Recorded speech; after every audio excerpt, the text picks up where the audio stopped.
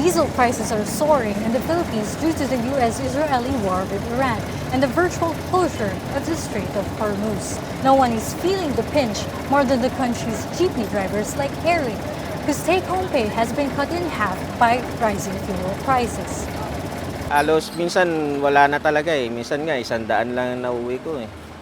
Sabi ko hindi na pwede sa pamilya ko yun. The jeepney is the backbone of the country's public transport system, carrying millions of Filipinos every day. Like other jeepney drivers, Eric is counting on promised cash handout while hoping the government will allow them to increase passenger fares. Hindi natin alam kung tataas pa o kailan bababa to. Hoping kami na sana bumaba na yung matapos na yung gera sa Kasi halos lahat talaga apektado eh.